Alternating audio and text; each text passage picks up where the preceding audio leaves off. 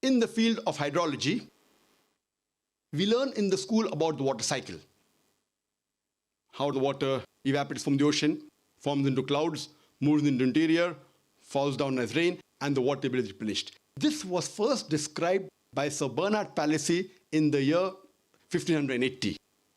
The Quran too describes the water cycle in great detail 1400 years ago. The Quran says the water evaporates from the ocean, forms into clouds, the clouds join, they move into the interior, they fall down as rain, and the water table is replenished, and the water cycle is completed. The Quran speaks about the water cycle in great detail in several places.